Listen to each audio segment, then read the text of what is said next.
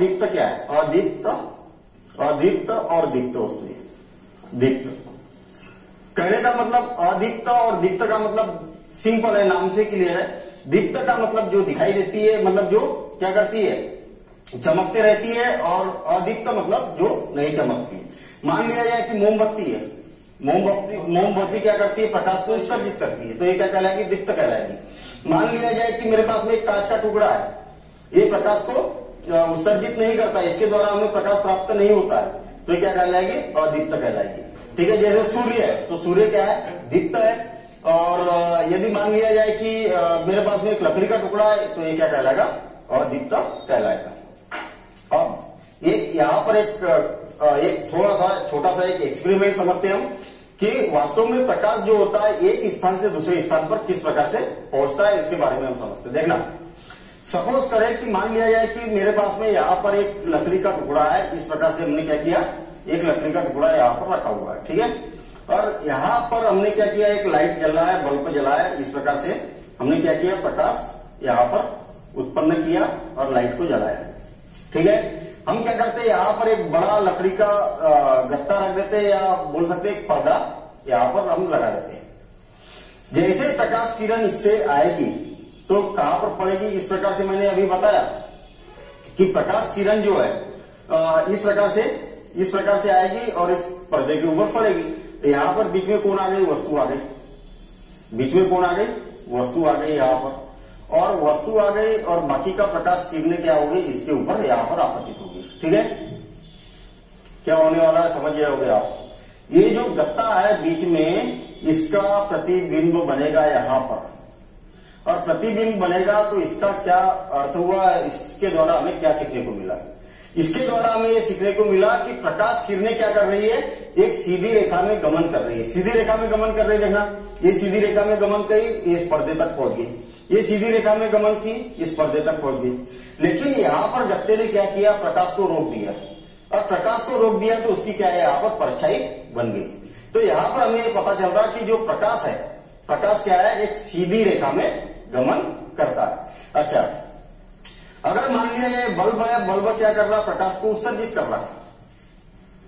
तो उत्सर्जित कर रहा मतलब चारों ओर अपना प्रकाश फैला रहा। तो प्रकाश फैलाने के बाद में ये जो प्रकाश है किधर की ओर जा रहा? तो इसको हम इस प्रकार से तीर से प्रदर्शित कर रहे हैं। यहां से तीर से ये पता चलता है कि प्रकाश इधर से इधर की ओर जा रहा है। अगर तीर हम इधर की ओर लगा देंगे तो ये पता चलेगा कि प्रकाश इधर से इधर की ओर आ रहा है। तो तीर का चिन्ह ये प्रदर्शित करता है कि प्रकाश किरण की दिशा किधर है। क्लियर? और एक एक्सपेरिमेंट करते हैं। देखिए मेरे पास में क्या है? टार्च है। ठीक है, इस प्रकार से यहां पर क्या है? टार्च है, और एक कंगा है। देखिए मेरे ख्याल से कंगे के हम डेली यूज करते हैं। मैंने टार्च को जला दिया और ये मेरे पास में एक कंगा है। ठीक है, मैं थोड़ा सा लाइट बंद करूंगा और वहां पर देखते हैं हमें कि क्या यहाँ पर देखने को मिल रहा है। देखिए मैंने टार्च को बोर्ड के ऊपर इस प्रकार से दिखाया, तो मेरे ख्याल से आपको ये बोर्ड पर लाइट दिखाई दे रहा होगा। ठीक है ना, बोर्ड के ऊपर रिफ्लेक्शन भी है कुछ बोर्ड में। ये रिफ्लेक्शन मतलब परावर्तन भी है, जो कि चमक भी रहा है। यहाँ से चमक रहा नहीं, कहां से चमक रहा भाई? ये यहाँ से चमक रहा है ना। तो ये क्या परावर्तित भी हो रहा प्रकाश, तो अलग घटना है। हम क्या कर रहे हैं? इस कंगे को बीच में ला रहे हैं। देखिए क्या हो रहा, कंगे के जो दांते हैं वो क्या कर रहे हैं? उसकी परछाई बन रही है। यहाँ पर जो घटना मैंने यहाँ पर ये वाली बताई थी ना, यही घटना हम कंगे के द्वारा बहुत स्पष्ट तरीके से समझ सकते। देखिए प्रकाश क्या कर रहा? सीधी रेखा में गमन कर रहा, और सीधी रेखा में गमन कर रहा, और बीच में जो भी अवरोध आया उसकी क्या बन गई? परछाई बन गई। इधर देखिए, है ना, बहुत अच्छे से हम यहाँ पर इसकी परछाई के द्वारा समझ सकते हैं। तो इससे हमें यहाँ पर ये पता चल रहा कि प्रकाश जो है वो क्या है? एक सीधी रेखा में गमन करता है, और इस प्रकार से हम इसको समझ सकते हैं। इसके बारे में बहुत सारी बातें हैं जो कि और एडवांस रूप में है, वो हम नेक्स्ट क्लास में पढ़ेंगे, 11th 12th क्लास में पढ़ेंगे। उसके बाद में और भी एडवांस पढ़ना है तो हम कॉलेज लेवल पर पढ़ेंगे। ठीक है ना। तो प्रकाश की बहुत सारी घटना है, तो प्रकाश का क्वांटम सिद्धांत है, वो हम अगली क्लास में पढ़ेंगे। वहां पर और भी बहुत सारी बातें इससे क्लियर होने वाली है। प्रकाश वास्तव में क्या है? एक ऊर्जा का ही रूप है। कैसे? प्रकाश जो है, प्रकाश क्या है? ऊर्जा का रूप है, ऊर्जा है। कैसे बता सकते हैं? वही प्रकाश ऊर्जा का रूप है। हमें मालूम है कि ऊर्जा को न तो उत्पन्न किया जा सकता है न तो नष्ट किया जा सकता है, इसको एक रूप से दूसरे रूप में रूपांतरित किया जा सकता है। तो यहां पर कौन सी हो रही है भाई? एक रूप से दूसरे रूप में। देखिए, हमने बल्ब जलाया तो क्या की आवश्यकता पड़ी? विद्युत ऊर्जा की आवश्यकता पड़ी। विद्युत ऊर्जा ने क्या किया? यहां पर प्रकाश उत्पन्न किया, और प्रकाश विद्युत खर्च हो रही है। एक ऊर्जा, विद्युत ऊर्जा प्रकाशीय ऊर्जा में यहां पर परिवर्तित हो रही है। प्रकाशीय ऊर्जा में यहां पर क्या हो रही है? परिवर्तित हो रही है। तो प्रकाश जो है वो क्या है? एक ऊर्जा का ही रूप है। ठीक है, मेरे ख्याल से इतनी बातें समझने के बाद में हमें यहां पर क्या क्या पता चला? एक तो पता चला कि प्रकाश में एक परावर्तन होता है, सिंपल एक शॉर्ट में अगर समझे तो। दूसरी बात ये बोल सकते हैं कि प्रकाश के गुण में क्या होता है? एक अपवर्तन भी होता है। ठीक है। अच्छा, तीसरी बात हमें ये पता चली कि जो प्रकाश है वो क्या है? एक ऊर्जा का ही रूप है। अगली बात पता चली हमें कि जो दीप्त वस्तुएं दो प्रकार की होती है, दीप्त और एक प्रदीप्त बोला जाता है इसको। ठीक है, सॉरी, ये थोड़ा सा करेक्शन कर लेना। इसको क्या बोला जाता है? प्रदीप्त बोला जाता है। तो वस्तुएं दो प्रकार की होती है, जो खुद प्रकाश उत्सर्जित करती है उसको प्रदीप्त बोला जाता है। ठीक है, और जो प्रकाश को उत्सर्जित नहीं करती उसको क्या बोला जाता है? अदीप्त कहा जाता है। ये बात हमें यहाँ पर क्लियर पता चली। प्रकाश एक सीधी रेखा में गमन करता है, और जिस दिशा में गमन करता है उसको तीर द्वारा प्रदर्शित किया जाता है। ये बात हमें यहाँ पर पता चली। इसके अलावा हमें ये और इंपॉर्टेंट बात मालूम होना चाहिए कि वस्तुएं जो होती है वो तीन प्रकार की होती है। एक तो होती है पारदर्शी, और एक होती है पारभासी, और एक होती है अपारदर्शी। ये इंपॉर्टेंट है भाई इस चैप्टर के लिए। ये तीन बातें हमें मालूम होना चाहिए, क्योंकि क्या होता है अभी हम बेसिक पढ़ रहे हैं, भले वो लंबा वीडियो बन रहा कोई दिक्कत नहीं, लेकिन बहुत सारी बातें हमें पता चलते जा रही है। पारदर्शी मतलब प्रकाश किरण आर पार निकल जाए। जैसे कांच क्या करता है? मैंने ये कांच का टुकड़ा था, इधर से टार्च मारा, प्रकाश पूरा आर पार निकल गया। कांच क्या है? पारदर्शी है। पानी क्या है? पारदर्शी है। अगर हम मान लिया जाए कि एक गिलास में पानी भरा हुआ है, नीचे कॉइन रखा हुआ है, सिक्का रखा हुआ है, इधर से टार्च मारेंगे तो सिक्का चमकने लगेगा। इसका मतलब प्रकाश क्या कर रहा? पानी क्या कर रहा? प्रकाश को आर पार जाने दे रहा, तब तो सिक्का चमक रहा। ठीक है ना? तो इस प्रकार से हम बोल सकते हैं कि ये क्या है? पारदर्शी के उदाहरण है। और भी है, प्लास्टिक की एक जिलेटिन, पतली व्हाइट प्लास्टिक की जिलेटिन, तो ये भी क्या है?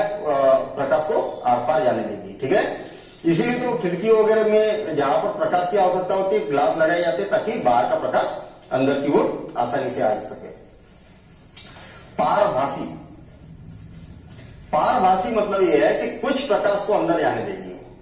जैसे हम उदाहरण बता सकते हैं, कांच, आपने देखा होगा कि अगर कांच है, इस पर क्या किया जाता है? इसको घिस दिया जाता है।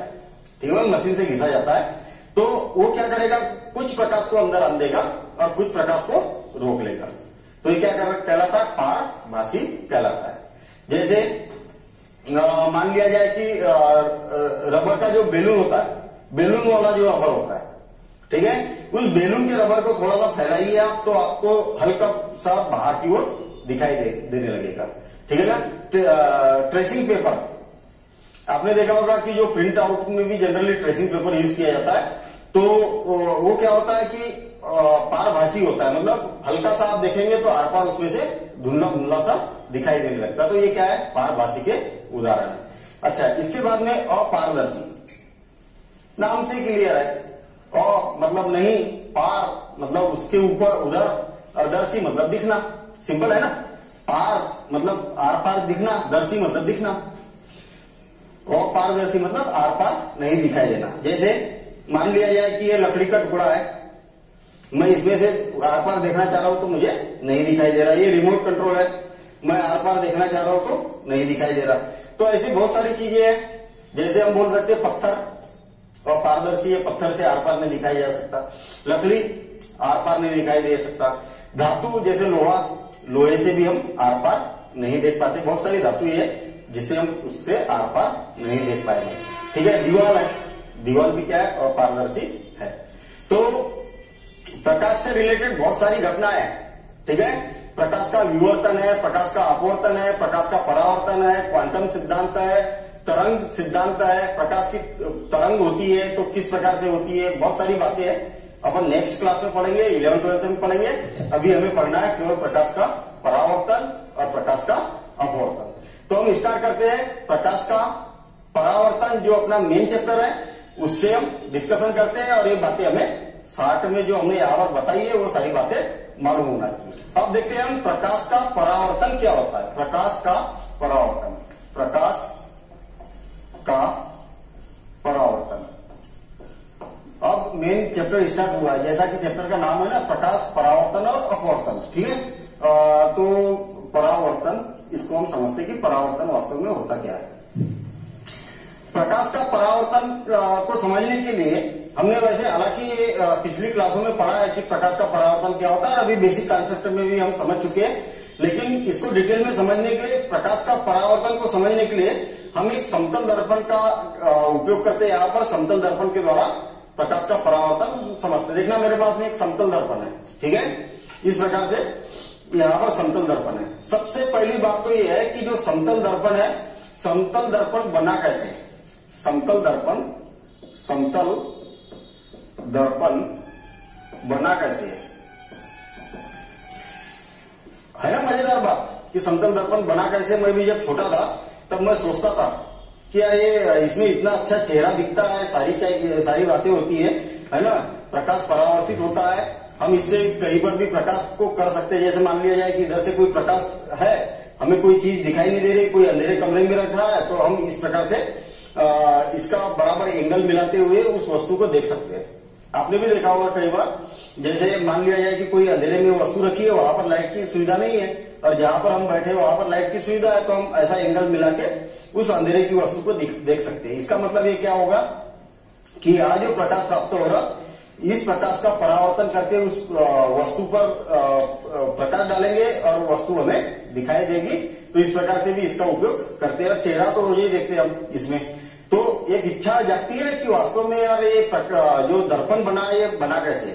तो ये बड़ा सिंपल है। जो कांच देखा हमने, जो जिसमें से आर पार दिखाई देता है, ये साधारण कांच होता है, समतल कांच होता है। दोनों पृष्ठ का ऐसे होते हैं, इसके समतल होते हैं, प्लेन कांच होता है, जो खिड़की वगैरह में लगाते हैं हम, जिसमें से आर पार दिखाई देता है। इस प्रकार से समतल कांच होता है।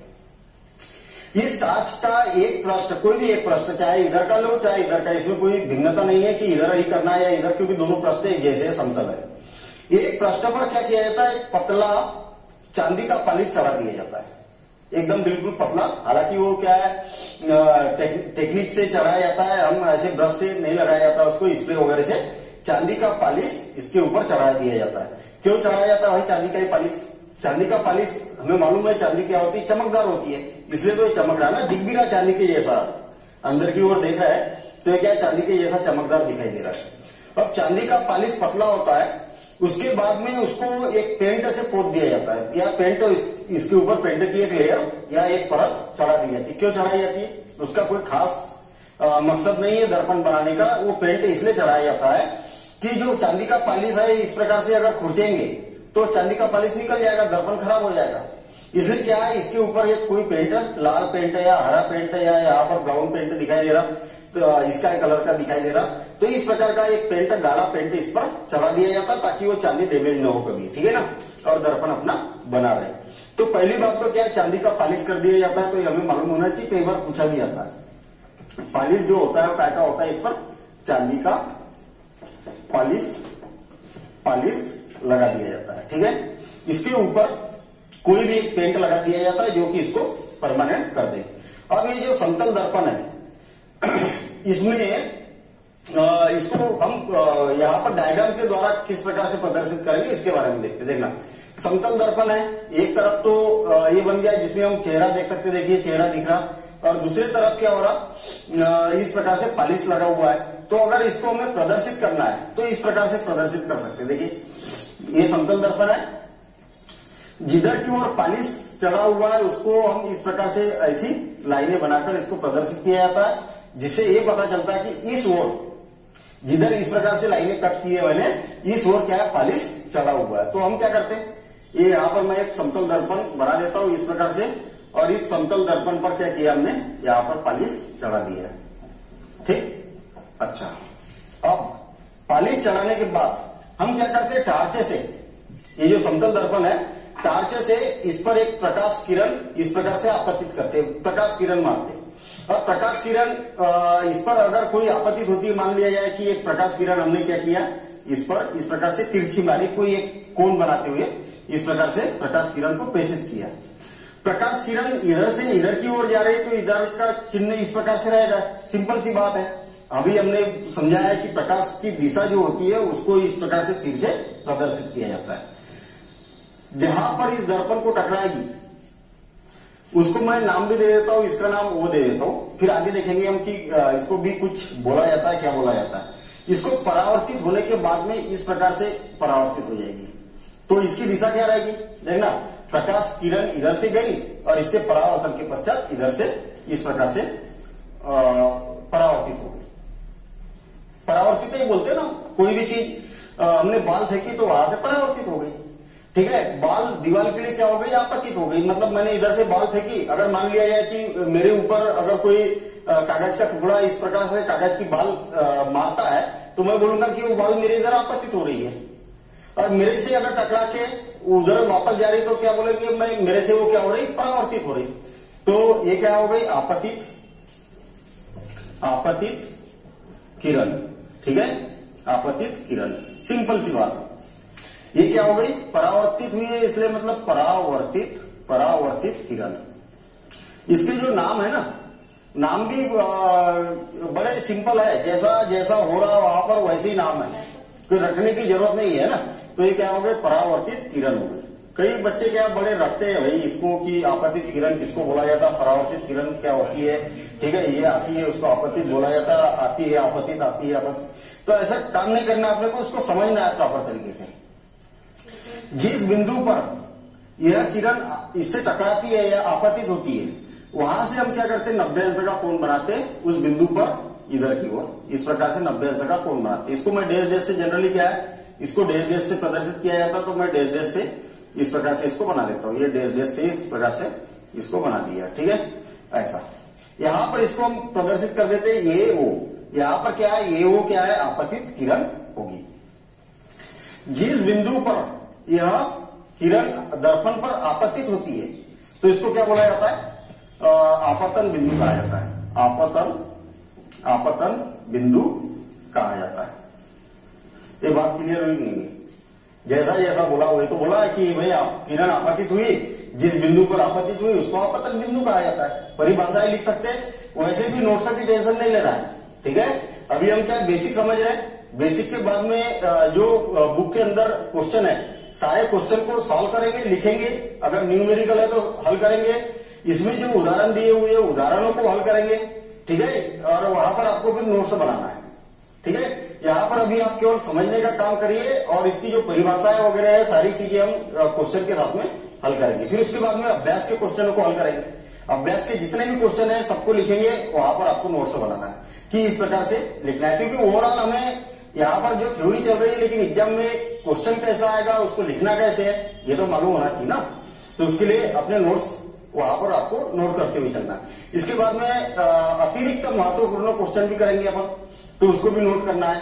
फिर उसके बाद में अध्याय एक नजर में करेंगे, फिर उसके बाद में वस्तुनिष्ठ प्रश्नों का संग्रह करेंगे। तो सारी बातें यहाँ पर होना है, तो उसकी टेंशन नहीं लेना है, अभी केवल समझते हुए चलना है अपने को। ठीक है, और कुछ अगर महत्वपूर्ण बातें रखती है तो उसको नोट भी करते हुए चल सकते, कोई दिक्कत नहीं है। लेकिन नोट्स खुद को बनाना है, खुद नोट्स बनाएंगे तो उससे क्या होगा कि आपका एक बार तो नोट्स बनाते हुए रिवीजन होगा, और एक बार फिर अगर आपके खुद के नोट्स है तो उसको पढ़ने में जो मजा आएगा और वो बातें जो समझ में आएगी, क्योंकि आपने खुद ने लिखा है वो, है ना, आपके खुद की लैंग्वेज है वो, तो वो ज्यादा इफेक्ट पड़ेगी। अगर मैं रेडीमेड नोट्स दे दूं या आपको कहीं से रेडीमेड नोट्स मिल जाए, तो कई बार मैंने देखा कि बच्चे के नोट्स जो होते हैं वो धरे के धरे रह जाते हैं, और उसको पलटा के भी नहीं देखते कई बच्चे। ठीक है ना, लेकिन खुद ने लिखा है तो उसको अच्छे से पढ़ने का उसमें मौका मिलता है। देखिए, अगर मैं यहाँ पर आपतित बिंदु पर 90 अंश का कोण बना दूं इसी दिशा में, तो इसको क्या बोला जाता है, अभिलंब बोला जाता है। अभिलंब बोला जाता है। अब क्या क्या बातें समझ में आई यहाँ पर, समतल दर्पण किस प्रकार से बनाया जाता है ये हमें मालूम है। अगर कोई प्रकाश किरण इस समतल दर्पण पर आपतित होती है तो इसको क्या बोला जाता है? आपतित किरण कहा जाता है। जिस बिंदु पर आपतित होती है उसको आपतित बिंदु कहा जाता है। परिभाषा बनते जा रही है। यहां से दर्पण से टकराने के बाद में वो जो प्रकाश किरण वापस जाती है, ठीक है, परावर्तन के पश्चात वापस जाती है तो उसको क्या बोला जाता है? परावर्तित किरण कहा जाता है। आपतित बिंदु पर अगर हम एक 90 अंश का कोण बना दे सामने की ओर और इस प्रकार से एक रेखा खींच दे, इसका नाम मैं ON दे देता हूं मैं, तो ये क्या कहलाएगा? अभिलंब कहलाएगा। ठीक है, तो हमारे पास में कितनी परिभाषा हो गई? आपतित किरण मालूम है हमें, ये O को आपतित किरण बोला जाता है। आपतित बिंदु को O से प्रदर्शित किया जाता है। इसके बाद में क्या है? परावर्तित किरण, O भी हमारे पास में परावर्तित किरण है। इसके बाद में अभिलंब है, तो अभिलंब क्या होगा? जो आपतित बिंदु है इस पर 90 अंश का कोण बना दे या लंबवत कोई अगर एक रेखा खींच दे तो ये क्या कहलाएगी? इसका अभिलंब कहलाएगा। अब देखना, अभिलंब और आपतित किरण के बीच में एक कोण बनाई दे रहा है, ठीक है, और इस कोण को बोला जाता है आपतित कोण। क्या बोला जाता? आपतित आपतित आपतित कोण। और नाम भी तो बड़ा क्लियर है ना भाई, किरण आ रही है और अभिलंब के बीच में जो कोण, जिस कोण से आ रही है तो अभिलंब के बीच का जो कोण होगा वो क्या कहलाएगा? आपतित कोण कहलाएगा। इसको I से प्रदर्शित किया जाता है। क्यों? क्योंकि इसको आपतित कोण को इंग्लिश में क्या बोला जाता है? एंगल ऑफ इंसिडेंस कहा जाता है। तो angle of incidence means I से इसको प्रदर्शित किया जाता है। और अभिलंब और परावर्तित किरण के बीच में जो कोण बनेगा उसको बोला जाता है परावर्तन कोण कहा जाता है। परावर्तन कोण, ये वाला जो कोण रहेगा वो क्या कहलाएगा? परावर्तन कोण कहा जाता है। ठीक है, तो आपतित कोण, परावर्तित कोण भी बोल सकते हैं या परावर्तन कोण भी इसको कहा जा सकता है। मतलब अभिलंब और परावर्तित किरण के बीच बिंदु, आपतित बिंदु पर जो कोण बनता है उसको परावर्तन कोण बोला जाता है, या इसको इंग्लिश में एंगल ऑफ रिफ्लेक्शन बोला जाता है। इसलिए R से इसको प्रदर्शित, रिफ्लेक्शन मतलब परावर्तन और इंसिडेंस मतलब आपतन कोण। ठीक है, अब यहां पर ना इसको अपन प्रयोग द्वारा भी देखेंगे कि ये वास्तव में ऐसा होता है क्या, जो आपतित किरण है और परावर्तित किरण वास्तव में ऐसी बनती है या नहीं बनती है। ठीक है, तो प्रयोग द्वारा देखेंगे। अभी जस्ट हम प्रयोग करने वाले हैं, थोड़ा सा हम बेसिक कॉन्सेप्ट समझ लें, फिर उसके बाद में प्रयोग द्वारा हम इसको देखेंगे।